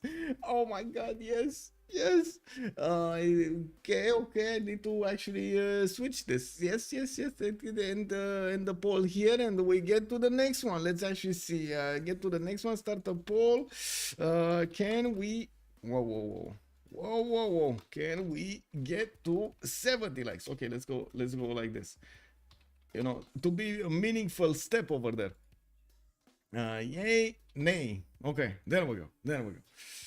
Okay, so we do have Mediolandum still with the legions fighting off his opponent here. dISTORIA is keeping out these legions with his archers and still trying to build as many of these horses as possible. On the west side, we did see Russia starting to tear apart the Empire of Japan here slowly but surely. It looks like Japan is not managing to get enough units, and he might actually lose the city of Nagoya next turn. It is being put under siege. That city is not gonna heal, and I do see Rome's units Russia's units can actually do so much more damage against these. They don't have a general, but they don't need one. They're just more. And we do have also a few of these temples coming out from Astrakhan. Looks like Moscow is gonna get also a temple. The face generation is coming in, pouring into the Empire of Russia. The 24th science and 39 culture versus the 20 and the 32 of Hazaggi. I'm pretty sure we're gonna be talking about a lot of boats soon, and you do already see some galleys coming around from Charlie, from Alpha, from Bravo to try to get those pre-builds ready. We do have Mongolia sending one horse towards the north, and he's gonna end up looking at one of these warriors of Nader Shah. I'm pretty sure he can't get through.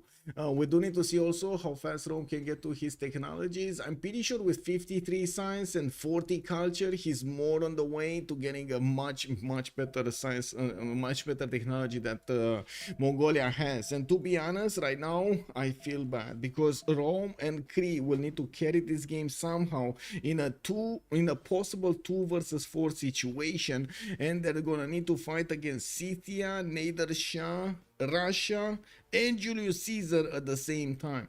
We do have Cree managing to, first of all, finish off all of the units of Johannesburg and going towards that city center towards the northeast.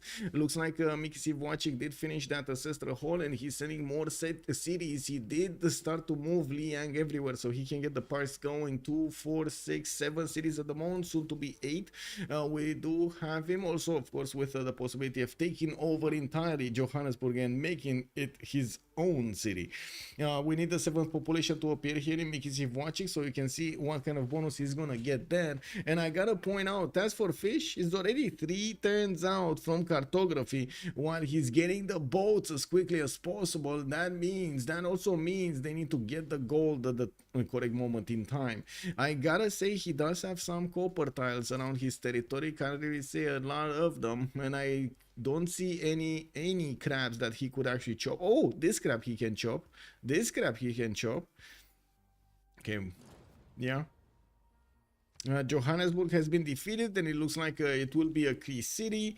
We do have Nagoya about to be taken down. These units of Japan. I mean, this is the whole army of Japan. He has a single, so the one horse, okay, never mind, it got out. I was wondering, like, why did that one horse stay in the city when every one of these horses are going to be one shot to the army of Russia? Whatever unit is looking at these, he just needs to look at these badly, you know, like mean, you know, and they're gonna be like, oh, yeah. Why is Rage still on 4 cities? I think he went for as much production, for as much gold as possible, or that was the plan, right? No, he's on 28. I don't know why he's on 4 cities. He's getting the 5th and the 6th soon with the help of the army in Samarkand.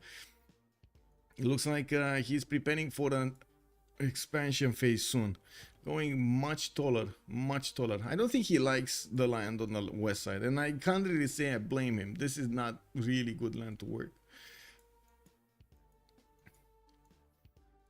Okay, anything happening here? Looks like another one of those horses died. We do have level 2 archers starting to come around, and from the south, okay, not really moving there. What is the catapult? Is still built? Oh, it's still getting built in Mediolanum. That takes a long time. I'm pretty sure we don't have Alexis with mercenaries. Yeah, there we go. He's going to need to get it in 2 turns. So will the fish get the boost when he's going to get it for mercenaries. Fish also needs it to upgrade those boats, and I'm pretty sure they need to keep as much gold as they can. Wait a second. Rage has 839 gold points, guys. Yeah. Rage has 839 gold points. I think they have enough. I would say they have enough gold. I would really say they have enough gold for anything they want. Why not go battering ram there? Yeah, would be much stronger. Yeah. I think it's more because he doesn't want to slam with his legions. He wants to take out the defenses without taking damage in return. Is the Roman fourth ever worth it, or just use the charge for the chop? I would say most of the time you want to use the charge for the chop, Lord Bowser, but sometimes you have like 1-tile chokes, for example here, that you would really need, really benefit from a 4-tile. But remember, 4 tiles can be used by your opponents as well, so they might actually become quite a hindrance to your win, instead of being something else. Borizan, good evening, sir. Yes, in Japan, still not enough troops. Yeah, I mean, first of all, Japan lost a city, right? He was already kind of, you know, playing catch up here for quite some time.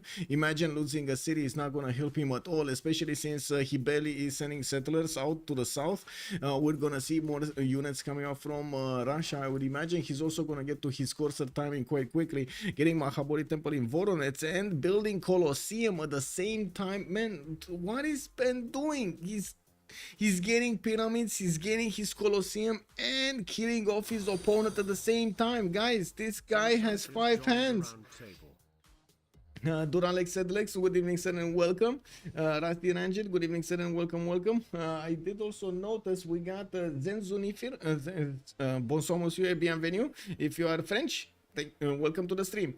Also, usually I agree Singularity is saying, but I think Cree and Persia are not in a good enough position to carry 2 versus 4. Doubt this game will go past turn 65. We're going to need to see. We do have the World Congress coming around soon. We got 9 more turns until then and 8 more turns until the next era. While I'm pretty sure we're going to see TaskForceFish over here upgrade quite a few boats. He made 2, 4, 6, 8, 10, 12 boats. He does have admirals. Hano, and I do see Gaius. Okay, no, neither of those are actually good ones. Do we have any new ones, like good ones? Themistocles? Ew, not that one. I'm pretty sure Persia will need to get at least one project out if he wants an admiral with his boats. He's getting another another one, another wave.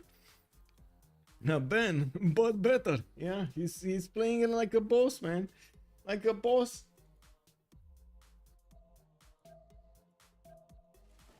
Yeah, we got Mongolia deploying some units towards the north of Karakorum, and I do notice the moment Rome just, I think he lost patience, and he's gonna start slamming. Who got the fleet? Gaius Julius? It's Nader. Nader got the fleet. Lubans. Now we do have the Mongolian encampment in the capital being taken down, but I think that was that is the sacrifice of one of the legions here, and there's no way that's gonna stand alive. We got Rome also starting to position troops from the north, from Lugdunum, and I'm pretty sure he's gonna keep on ramping up the aggression against his opponent here, while dISTORIA is getting 3 turns away from stirrups. We do need to see if those units, if the Kesheks are actually gonna change the dynamics of this war. We do have on the west side over here also Russia managing to get back. Okay, Japan is gonna put another city on the former spot that he lost a city from. I would say that's not a good thing. We do have Tokyo also getting another settler. Osaka has been placed off the coast, and I do notice Hazaggi did manage to get Themistocles and Artemisia, so 2 and 2, while Persia is gonna get Zenki. Probably he's gonna need to get at least one project. Yeah, there we go. One project. Harbor shipping projects in alpha. I gotta say he still has quite a few chops over here if he wants to. Didn't actually chop that much in his territory. He more improved tiles than actually chopped anything. We do have Rome here. That's Lege. Managing to get to 40 science and 49 culture with 141 production. He's definitely ahead of everybody. That's a lot of production over. We do have him with 56 gold a turn, able to actually fund quite a bit of his allies' needs. And we do need to see if when push comes to shove and Mongolia is going to require a big influx of gold, and at the same time Hazaggi is going to require a big influx of gold, if that's going to be his choice to just send them the gold. The coffer. Oh my god, the golden coffer. What was that? Wait, there was a story about an artifact like back before in ancient something. It was it an ark? Was it an ark? An artifact that was moved from like commanding city to commanding city, like basically the empire that reigns supreme at that point. Does anybody know more details about that? Ulyss will CC when the Scythian push on Rome comes. You think? The Scythian push on Rome. I mean, this is, I guess we're gonna see Muskan being taken out by Rage at some point. We do have these Saka horse such as getting ready, but it doesn't look like there's a massive push from him. I would imagine he's gonna want to get some knights out. We don't have actually that many heavy chariots. That's just a single heavy chariot here from Rage. Military engineering in 5 turns. I would imagine that is because he wants to get the niter per turn 4 and TaskForceFish whenever Nader Shah is gonna need to get those frigates, and that's in 9 turns. He's gonna need quite a bit of niter for it, and I do have to point out the fleet is ready. He's just gonna need to plug in the card and get the gold from his teammates so he can upgrade the boats he has. We do have Rage still with 772 gold points at, in the bank right now. Alexis is on 160, and everything has been sent to TaskForceFish here. We got the caravels getting upgraded. Zenki was an admiral, has been recruited, so he's gonna get the extra speed on these units and the extra stats strength, while I do notice he is getting the fleet out as quickly as possible towards the cities of his opponent. I'm actually curious if he's gonna say hello to Romrom with the fleet just bonking on that city. Can you imagine just a single caravan fleet saying, "Hello Romrom, how are you doing?" Pier 60 now in crossbows for Julius. Yes, we did see quite a few of these crossbows, but again, he needs to get the gold from his teammates, and I think he did get the gold for a few upgrades. We do have 1, 2, 3 of them, 4 of them that got upgraded. 3 of them are level 2s, guys. 3 level 2 crossbows. I mean, I really doubt, seriously doubt this is survivable. Even with K-Shex, this is such a painful moment.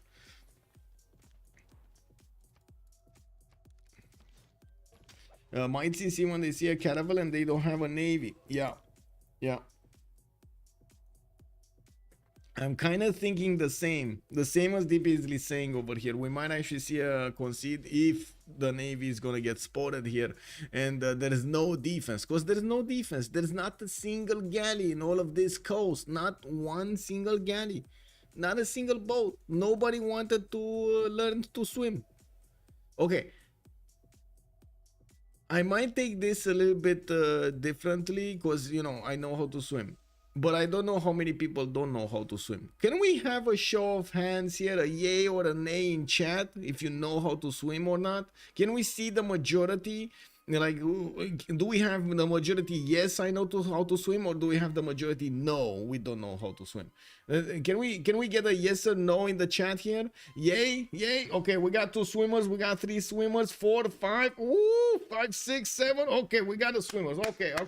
There we go. That was it. So overwhelming majority, we got swimmers over here. Why did Japan not go onto the coast? You know? Let's see. They basically say I can swim like a fish as a Floridian. Oh, pulling that dolphin over there. Woo. Yeah. Okay, we got galleys coming around here from Romrom. Looks like they are taking the hint. TaskForceFish's military has jumped up to 1,000. They know it's not here. They know it's not in the land because Mongolia is not getting attacked. So they must be on the coast. You're kind of traumatized by pools. Oh, I'm sorry about that. I'm okay. I can swim in a cup of coffee. Oh, I see. Oh, I mean, you know, it is what it is.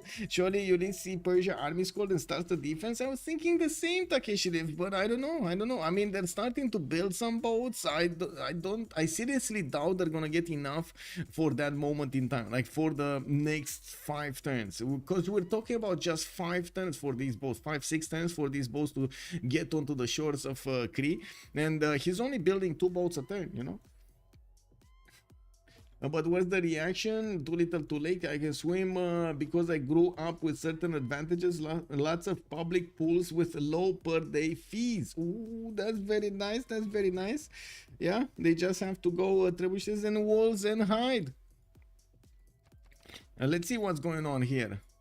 So it looks like Mongolia is actually pushing out. We do have the K-Shex starting to appear in the build queues. He's starting to chop them from wherever he can, so he can get this damage going. He can do the damage against these level 2 crossbows from afar with the K-Shex, but can't really 2-shot them easily. I'm pretty sure he's gonna need to get a lot more K-Shex, and that's one of the powerful things of the K-Shex. They're not only very maneuverable, but they do tend to shoot more than 3 against a single unit, right? Because they have the range, the 2 range. So awesome, 2 in 1. Let's actually see what these K-Shex are gonna manage to do over here against the Roman units, which right now I would say they're on the defense. They're not on the offense anymore. This dynamic has changed, totally shifted to Mongolia. Right now, I would say Alexis Krempp has been neglecting his duties of putting new soldiers on the floor line and replenishing the ones that he has lost. And unfortunately, because of that, he might actually pay the price. He might pay the price. Is this game still group stage? Yes, this is group stage, sir. CG, you have how to say, because I can't find what this tournament stats are. We're still in the group stage basically. If you look at the results, so okay, let me put it up on the screen here so we get this quickly. Okay, CG, take a look at this, sir. Take a look at this. So I put this up, right? Okay, we go to tournament. this is where you have the results from the groups, right? You have the results from those groups, then you have the results I don't know how to say it in English. Split, I guess, for each game, for each group, for each team. You can search for everything. You can also click on results and you can see the major tournament pathway. It's the group stage with all of the groups. You can take a look at the final stage. This is not yet set in stone. We're gonna shuffle again these options so we don't let the teams know what pathway they will take. Who are they gonna go against from everywhere? Looks like we got the fish over here that needs some daddy duties over here. 5 minutes. It's all good now? Yeah. There we go. Yeah. With much pleasure. I tried to make I tried to make the website as easy as possible and to get to the information with as little clicks as possible. But I do know I can say I do not know how to code very well, so I'm using like as much as possible components from different vendors, I would say, to try to get one big product in that works. And at the moment this kind of works, but there are a lot of improvements. I would love to have time, for example, adapting to each player's PC or time zone where they at. I'm pretty sure that can be sniffed out. Like a lot of things. I was looking for it on main, so maybe that's why. Oh, that's why. Yeah, in the main. I mean, I was thinking if I should put them in the main, but it kind of feels like I should have the information for how to say for the upcoming games, and then if you want to pursue further like the results and so on, you can go to another section. Arabov is also saying that's how everyone codes. Actually, only minority really knows what they're doing. Oh, I see. okay, no, I guess I'm normal then. It does, yeah. Chances that Nader Shah builds a naval center on the island in the middle of the Pacific Ocean on the trade route to Cree. I mean, yeah, why not? Yeah. I mean, you know, this. I don't think he needs to, like BlazeCat Games is saying, but it could be a nice stopping center for all of these sailors. Imagine being cooked up over here on the boat without knowing if you're gonna get to the destination before you're gonna run out of food and water. Can you imagine? Thank you, sir. Thank you. They'll build that island city if they need oil. Yeah. Oh my God, look at that 3 oil. Yeah. Okay, we got more boats out. Cree over here. Yeah, Russia did manage to get Yokohama. This time around, he didn't actually put it on the same place. He put it one tile to the north. Okay. Solid Kamsky is getting another wave of... ooh, these are all gonna... be coursers soon. We got 1, 2, 3, 4, 5 of these horses that are going to become coursers. They will go against Japan here, against Osaka's, and I would really want to see if Hazaggi... yeah, mercenaries. He's getting mercenaries. Okay, it's fine. That's only necessary for a super drawn out naval wars where you need to heal, but this will end fast. Yeah. This is a problem. Okay, we got a team plus over here from COC. This is a big problem. We're talking about 2, 4, 6, 7, 8, 9, 10, 11, 12, 13 boats. One of them being fleet, 14 boats actually, with the fleet going towards the front line. He can one-shot galleys quite easily, and we're going to need to see if he's gonna... he can two-shot cities, guys. He can two-shot a city. That's a 70 strength cannibal. Not even waiting for the admiral. He can two-shot a city. Do they have the gold to upgrade though? I think they will have the gold because Lege is making 70, Hazaggi is on 78, and Romrom is on 100. dISTORIA is not going to need to upgrade that many units because he went for horses into Keshex, didn't build any heavy chariots in the meantime. So he will need to wait until he's going to get his upgrades into coursers to discover castles. Of course, he does need the technology there. So I would imagine he's going to hard build for the remainder of the game. Maybe he's going to need some gold to upkeep his units, but he's not going to be a gold gobbler. Get some pillages off, send the gold to Russia to upgrade and hit from land and sea. Yeah, exactly. Like they're gonna hit from everywhere. They're not gonna know what happened. Oh, 1 second. Grab my colon. 1 second.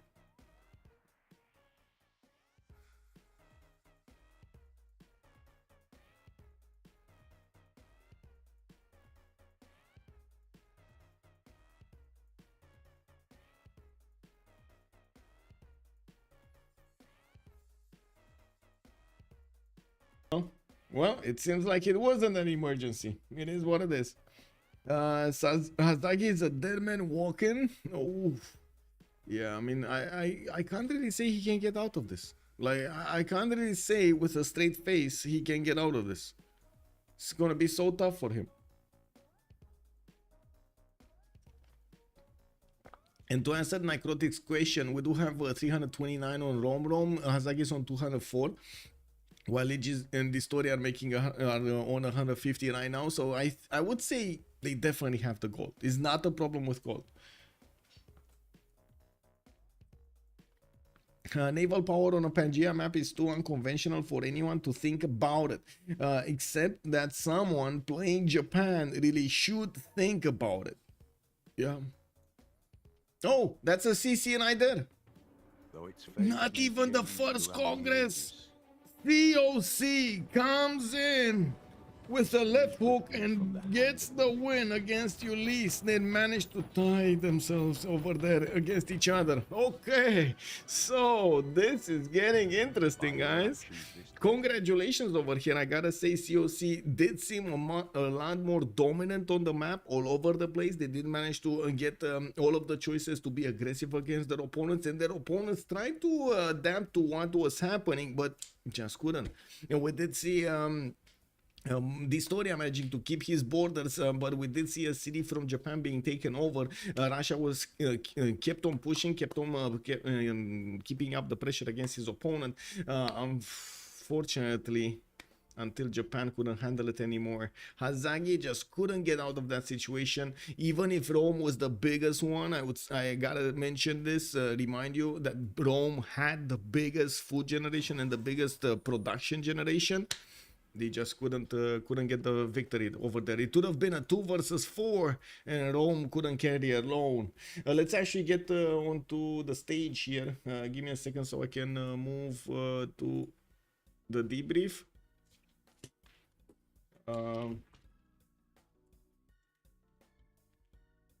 Need to put stuff quickly.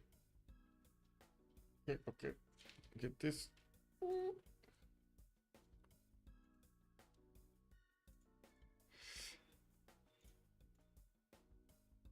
Oh, hello, Michael. GG, well played. Hello. GG.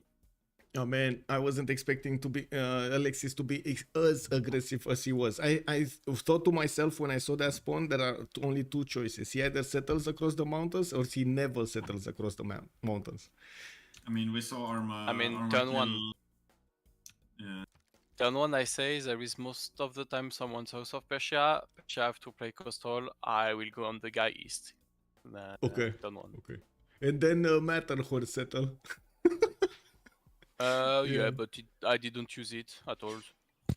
Well, no, but you still it get would the have been extra good culture later, and the era score. Yeah. Be good later, but doesn't matter. Doesn't give anything. I didn't even work your tile, so it was no factor actually. I mean, I think it was very straightforward. I went into bronze and then I just went commercials and took all the Trojans. I pillaged 1,000 gold from city states. It was kind of funny. For the caravel push. Oh, so that's how you got the gold. I see. Yeah. Samarkand had 5 tiles with gold. I put in the card. It was like, I don't know, 600 gold, and then Muscat had another 2 tiles, and then I pillaged 1 from Rome as well. So it was like, I think it was just over 1,000 gold. Nice. And all of that gold went into caravels for yes. Yeah, for fish. I mean, I don't know. Does Cree have any coastal cities? We don't see. Yes. 2. We assumed, but he's the one actually making galleys right now, because Hazaggi can't. So. Yeah. I mean, we like, made the call to send him Gavel first, so we remove Prevills and Hazaggi is... You know, neither next turn, then it goes. GG. Well played. GG. GG. Well played. We play. We were just talking about the gold they managed to pillage from the city-states, Samarkand and Muscat, and the proximity of those caravels on you. Yeah, we saw 1,000. We were aware about the galley, but no oligarchy and not set up about that. So I think the game is lost, and we don't want to waste time. Yeah, I think the caravels, like he's gonna have. I mean, he has with how many? Like 2, 4, 6, 8, 10, like 15 maybe. And then the frigates coming from behind. Yes, Like yes. 5 times. And well played about the push of Russia, the tempo of Coliseum. It was and Garden 2 was very well played. It was a nice game. Yeah, Ben had insane amounts of chops in his land, like I actually noticed. ridiculous. Yeah, losses and wonders, and And we were lacking strategics at this moment, so I couldn't make more. I had chops too, but not enough. how was your tempo looked kind of dog shit. Yeah, it was but- dog shit. My third city having no harbor kind of sucks because his warrior Yeah. came out of nowhere. And I had Yeah, no lakes to that- settle, no fresh water on second city. It's kind of slow. It would have popped off, but not with 50 horses in my face. I mean, he had really good. I mean, his spawn was just normal on the cap, but like he just got everything he needed. Yeah, for it's just Russia. stuff. It's quite fast, right? Yeah, he always have insane tempo, and like he has abnormal amount of chops, so that monumentality chops are just done. Basically. Like the city state kill also gave us a lot of These gold guys- for early. Yeah, I couldn't get it because he had horses inside Yeah. the borders. Yeah, Kumasi played really well. Like it did some proper war moves actually. It did archers exactly where it needed to, so he could horses in front. I could not kill the archers because he would kill my horse in desync. Yeah, and Ben kept praising the CS for its war moves. It was pretty funny. I mean, I got triple trader merchant as well, so we make a fuck ton of gold now.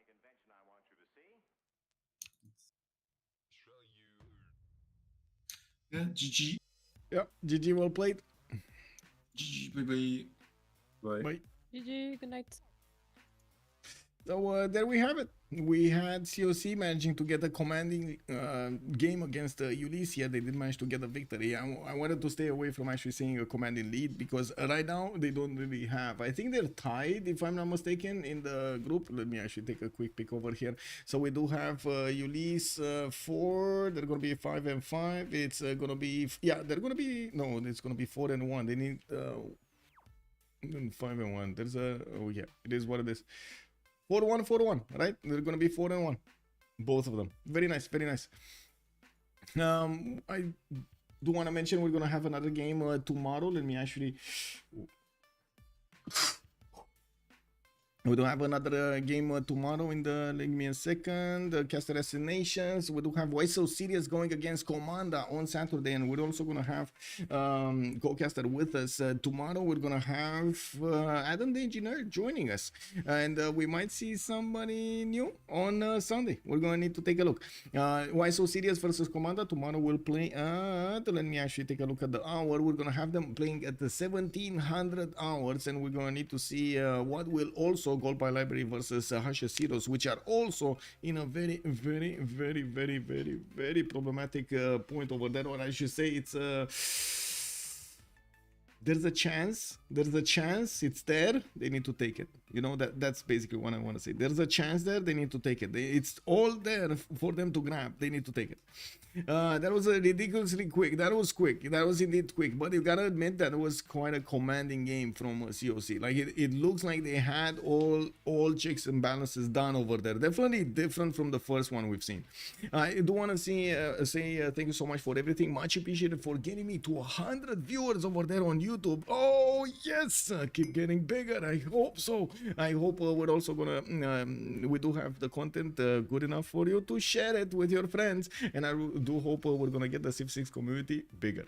You can always join us in the different Civilization 6 community servers that we have. It's either the international one, which mainly speaks English, or the French one, which of course is French. We do have a Chinese server, Russian server, and so on and so forth. There are quite a few in the world over there that we are trying to get together when we're talking about this World Cup.